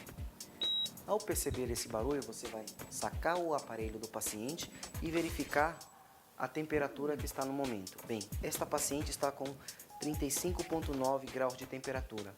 Não está febril, está em perfeito estado. Lembrando que o auxiliar, o técnico, o enfermeiro, deve conhecer os valores alterados, os valores normais da temperatura do paciente. E tudo deve ser anotado na sua ficha, ok? Lembrando, um estado normal de febre, a temperatura do paciente não deve ultrapassar os 37,8 graus de temperatura, certo? Acima de 37,8 e 38,5 já consideramos um estado febril, tá? Um estado que o paciente já requer cuidados. E uma dica, o paciente que está com 40 graus, 41, 42 graus de temperatura deve ter cuidados emergenciais, porque a própria temperatura pode trazer uma convulsão para o paciente, ok?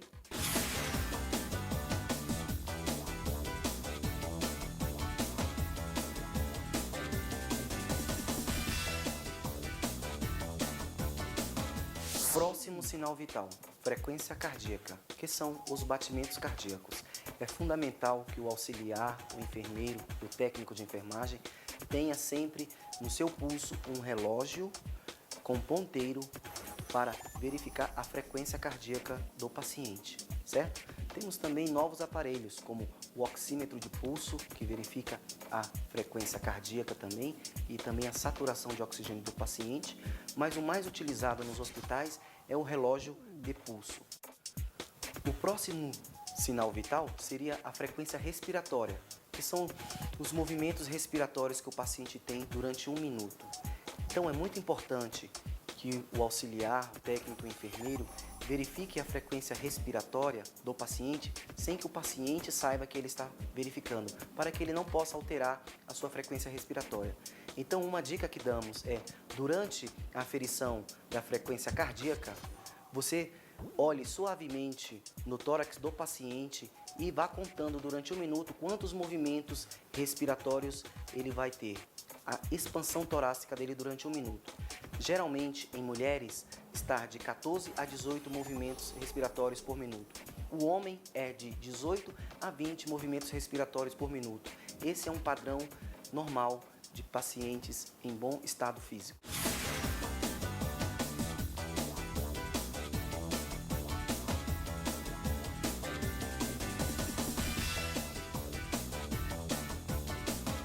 Verificando a pressão arterial do paciente, você deve utilizar um relógio com ponteiro e posicionar dedo indicador e dedo médio no pulso do meu paciente. Primeiro local, eu devo delimitar a área que o paciente tem um pulso. Sempre lembre-se, na região abaixo do polegar, vou encontrar, sentir a pulsação do paciente. Após sentir a pulsação do paciente, eu vou utilizar o meu relógio, vou marcar o início do ponteiro e durante 1 minuto eu vou estar observando quantos batimentos cardíacos ocorrerá do paciente para poder determinar a frequência cardíaca do paciente. Ok? Lembrando dos valores. Para afirmar que um paciente está com bradicardia, que é os batimentos do coração abaixo dos valores normais, os batimentos cardíacos devem estar abaixo de 60 batimentos por minuto. É muito comum no idoso e muito comum nos atletas também, porque eles possuem uma frequência cardíaca mais baixa. Para afirmar que o paciente está com taquicardia, é fundamental saber se a frequência cardíaca está acima de 100 batimentos por minuto.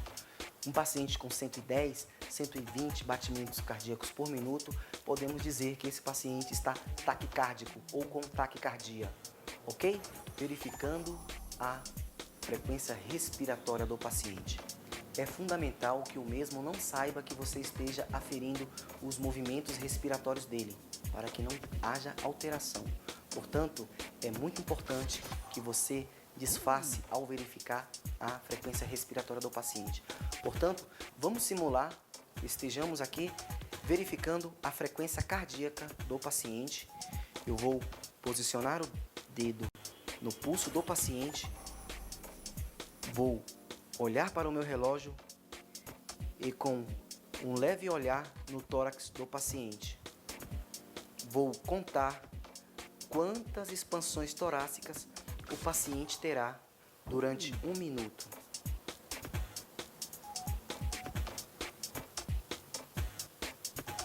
Lembrando, os valores normais de uma mulher seria de 14 a 16 movimentos respiratórios por minuto.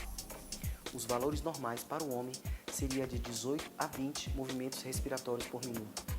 Só podemos falar que o meu paciente está dispneico quando os movimentos respiratórios dele estejam superiores aos valores padrão.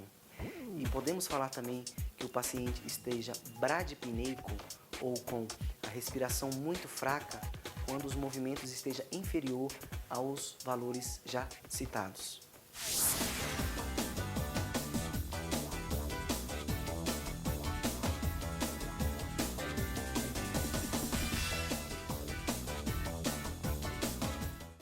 Para aferir a pressão arterial, também temos aparelhos digitais. Hoje são muito utilizados nos lares por pessoas leigas. Por quê? Pelo seu simples e fácil manuseio.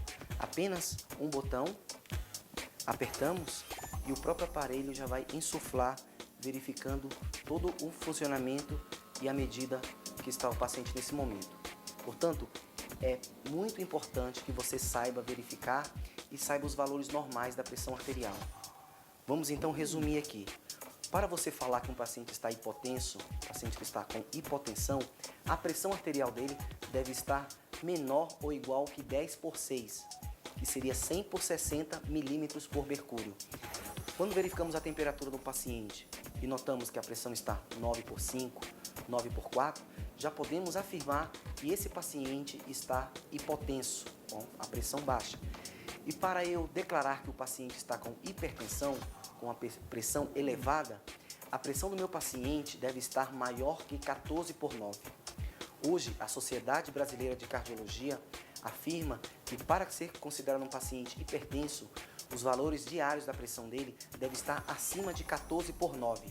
Se você verifica uma pressão e é constatado que a pressão está 17/10, 18/10, esse paciente sim é um paciente hipertenso. Pode ser um paciente crônico que precisa tomar medicamentos diariamente.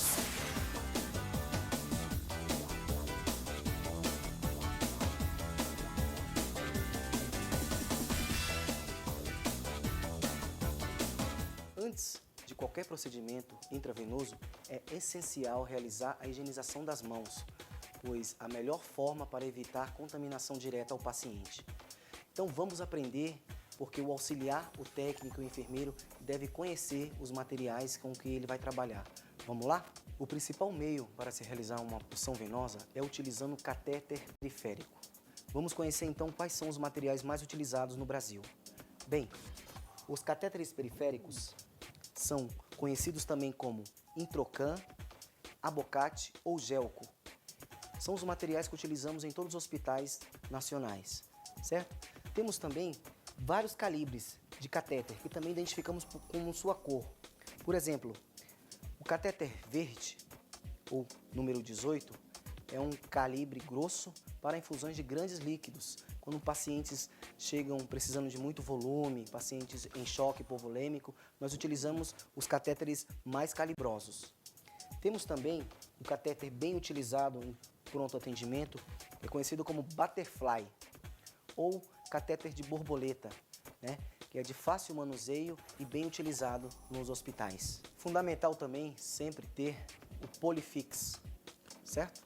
É um material, é um catéter que contém 2 vias ou até 4 vias, que é fundamental caso o paciente necessite de outros volumes, outros líquidos. Não é necessário puncionar ele outras vezes, nós utilizamos vias diferentes para a infusão de outros medicamentos, correto? Temos também o equipo de soro, que é uma mangueirinha que nós utilizamos para infusão venosa de soro. Bem, o auxiliar, o técnico de enfermagem, o enfermeiro, deve conhecer bem os materiais que ele precisa para realizar uma punção. Para realizar uma punção venosa, primeiramente nós precisamos ter uma bandeja ou uma cubarrim, que é um material fundamental que auxilia muito o auxiliar, o técnico e o enfermeiro. Bem, nós utilizamos esta bandeja de inox, onde nós utilizamos para carregar todos os equipamentos que vamos utilizar até o paciente. Nesta bandeja deve conter o meu catéter periférico, o número que eu selecionei. Também é importante ter o garrote para garrotear o braço do paciente, represar o sangue, dilatando a veia para melhor funcioná-lo a veia. Também é importante que o profissional da saúde tenha uma tesoura muito útil para cortar o micropore ou esparadrapo. Sempre temos que ter algodão embebido em álcool a 70% e o micropore, que é uma fita que vai ficcionar o catéter no braço do paciente. Fundamental o profissional da saúde ter sempre perto dele a luva de procedimento. É uma luva que não é estéril, ela serve para realizar qualquer procedimento que eu possa ter contato com o meu paciente. Sempre verifique a numeração da luva e se ela está em boa qualidade para ser utilizada. Sabendo disso, vamos reunir todo o material, nos dirigirmos até o paciente e inspecionar o braço e o local ideal para realizar a punção venosa. Vamos lá? É fundamental que o profissional da saúde dê preferência para a região distal do braço do paciente. No Brasil, temos com frequência o hábito de utilizar a fossa antecubital do paciente, que é essa região do braço. Você mesmo deve ter percebido que no hospital, muitas pessoas que estão com soro estão sempre recebendo medicamento através desta veia que fica na região do antebraço. Porém, na literatura, o correto é nós utilizarmos sempre as veias das mãos, que são as veias da região distal, porque caso vá estourar a veia, eu não posso mais utilizá-la. Então, eu posso utilizar a mesma veia mais para frente e assim sucessivamente. Agora, quando a pessoa vai direto na veia da fossa antecubital e aqui ela causa uma lesão, a veia pode estourar, eu não posso mais utilizar essa veia na região distal. Então, é fundamental você começar sempre pela parte distal e indo sucessivamente. Após selecionar a veia e ter certeza do meu local de punção, vou então me dirigir ao meu material e iniciar o processo. Foi então selecionado o catéter número 24. Este catéter é um catéter de calibre fino, utilizado sempre em pediatria e pacientes que têm veias finas. Vamos então iniciar garroteando o braço do paciente. O objetivo do garrote é fazer com que eu possa represar sangue na periferia do braço do paciente, fazendo assim com que haja uma dilatação da veia para a melhor punção venosa. Então vamos iniciar aqui. Eu vou sempre garrotear de 10 a 15 centímetros na frente do catéter.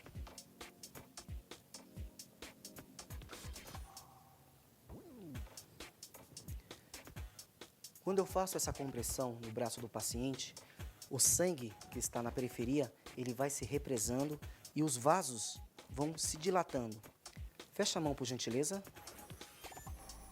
Aqui eu posso observar a rede venosa do paciente e posso selecionar qual a melhor veia para realizar a punção venosa. Vou utilizar o catéter periférico número 24. É o catéter mais utilizado na pediatria, porque tem calibre fino para crianças e para pacientes que tenham veias finas, ok? Vamos então abrir o catéter, lembrando que esse catéter é estéril, livre de contaminação. Vou sacar do invólucro.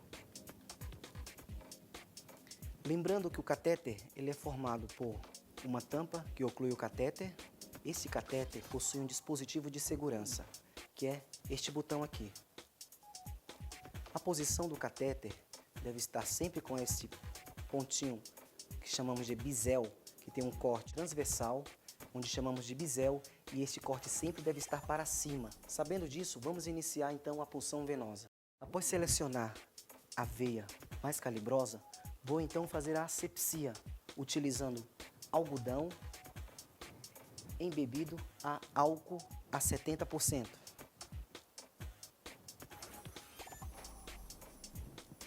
A asepsia no paciente deve estar sempre de baixo para cima, sentido que o sangue corre nas veias do paciente.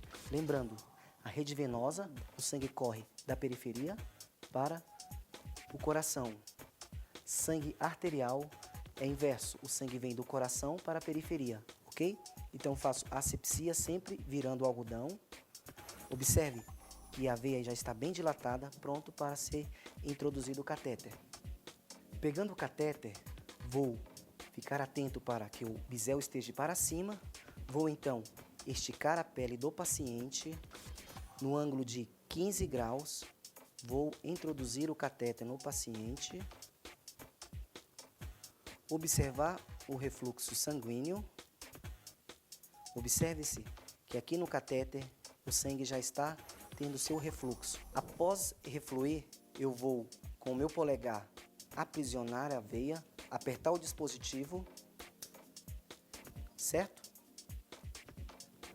Desprezar na caixa de Descarpex.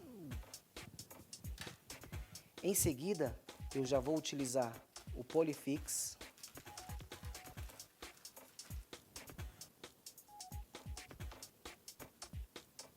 Sacar o garrote. E vou fazer a fixação do catéter. Sempre é bom ter algodão para manter o local limpo. Observe se o Polifix esteja com as vias fechadas. E vou fazer a fixação da melhor forma possível para que o paciente tenha mobilidade nas suas mãos.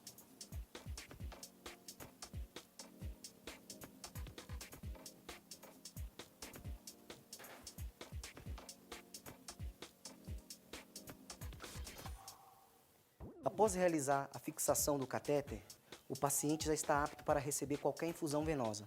Mas o principal de tudo isso é fazer com que o profissional da saúde, após a fixação do catéter, possa identificar o catéter. Então é necessário você ter sempre uma caneta em mãos. Você vai pegar uma caneta e vai identificar com data. Você sempre vai ter que colocar uma data, porque este catéter não pode ficar mais de 72 horas no paciente. Com a data e a assinatura do profissional, nós sabemos quem efetuou o catéter e sabemos qual a data correta para realizar a troca do mesmo. Ok?